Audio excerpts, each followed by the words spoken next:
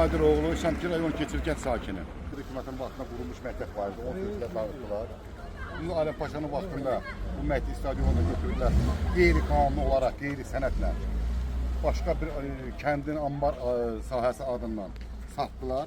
O da gətirdi sənəddə qeyri-qanuni sənəddir. Sənədində də hamısı saxta sənədlərdir. İndi gəliblər ki, biz buranı götürək.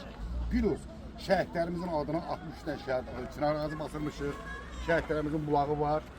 O bulağın əsasında deyir ki, biz bu bulaqlı, ağaçlı zadı şəhidlərimiz, Çınarın hamısını silib təmizləyib, mən buranı satıram məhlə yeri kimi. Məhlə yeri dedim. Gəlsin görək, hansı qanunun əsas satır. Harada görsənib ki, şəhidlərin bulağını tutulsun. Şəhidin adına basılan Çınar ağaçları ləğv olunsun. Hansı qanunla yazılır? Cənab Prezidentimiz də bunu 2019-cu ildə bu stadionu kəndin zamanlarına həvalə edib. 2019-un qərarına. Təzədən təkrar var, 2019-da var, çıxır bağır edərdilər. Təzədən bir də gəldilər ki, iş köhnəlib, gedib. Təzədən bir də gəldilər ki, bir də bu torpağı biz alver eləyək. Niyə? Bu torpağı alver eləyən oğlan da vaxtilə Əskərov Binnət Şahvalətoğlu Şəmkir, o da keçili vətəndaşı idi. İndi hal-hazırda Gəncədə yaşayır, Gəncədə vətəndaşıdır. Özdə polisdir, mayor idi. Gəncə dəmir yolunun rəis işlədi, yüksəltik işlədi. Hal-hazırda bir dəqiqə pensiya çıxıb, 2500 manat, 2800 manat pensiya alır. Buna baxmayaraq, indi gəlib bir torpaq olub satıraq. Sənədlərini təqdim edib sizə? Sənədlərin təqdimlər bir qeyri-qanuni göstərmir. Dal deyir, gətir budur, gətir budur, gətir budur, gətir budur. Bizdən də sizə xahişimiz olsun ki, bunu işıqlandırasınız. Bu bizim Ali Cənab Prezident İlham Əliyev cənablarımız görsün, Mehriban xanımımız görsün, İmam Nazirliyi görsün. Sizə bizim demək xahişimiz olur.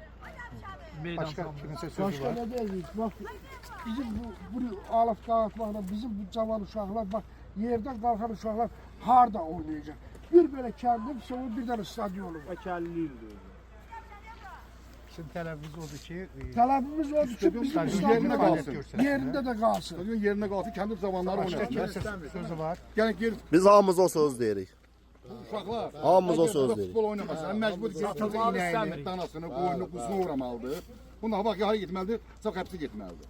Bu kimsə valideyni bədbaxt olmamağı şərti xətirə üçün gəlin bunu stadionu götür, kəndi cavanlarına verilibdir. Cənab Prezident veribdir. Danışda verilsin, qanun sənədləşdir, onlara da cəzasını doğru çəkəcək, çəkməyəcək, onu Cənab Prezident bilər, Mehriban xanım bilər. Qanun nədir, onu tələb edir qanun. Cənab xahiş edir ki, bunu hamısını işıqlandırmaq lazımdır, qüvvəyə də minsin. Vallahi bu hamısı Alim Paşa'nın oyunlarıdır. Bəli, bəli, bəli. Bak, bu Alim Paşa'nın oyunları. Bəli, bəli, bəli. Hə. O vaxtı saxta getdi. Fikrini dokument verib, pulunu alıb. Bəli. Ali Paşa verir. Ali Paşa verir. 70 min manat. 70 min manat əsasında Alim Paşayev bu torpağı satıb olaraq. 70 min manat əsasında.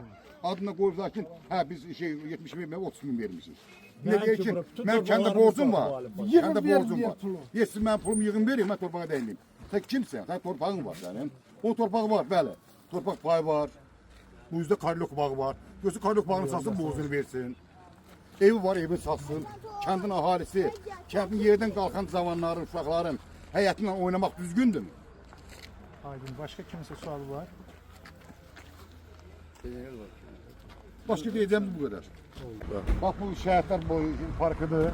Şəhidlərin adına park qoyum qarmışıq. Kəndin zamanları da o şəhidlərimizin tələbə yoldaşları, sinif yoldaşları, hamısı hər kəsə kimin nəyə güc çatdı 10 manat, 20 manat, 30 manat, 50 manat, kim nəyə güc çatdı verdi. Bax bu bulağızda qayırdıq, qoyduq, ortaya çıxartdılar. Sağ olsun kəndin zamanları.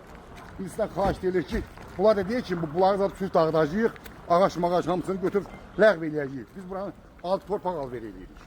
Sizdən xahiş edirəm Cənab Prezident, Mehriban xanım, sizdən xahiş edirəm, buna bir köməklər eləsin bizə. Bizim torpaqlar satılmasın.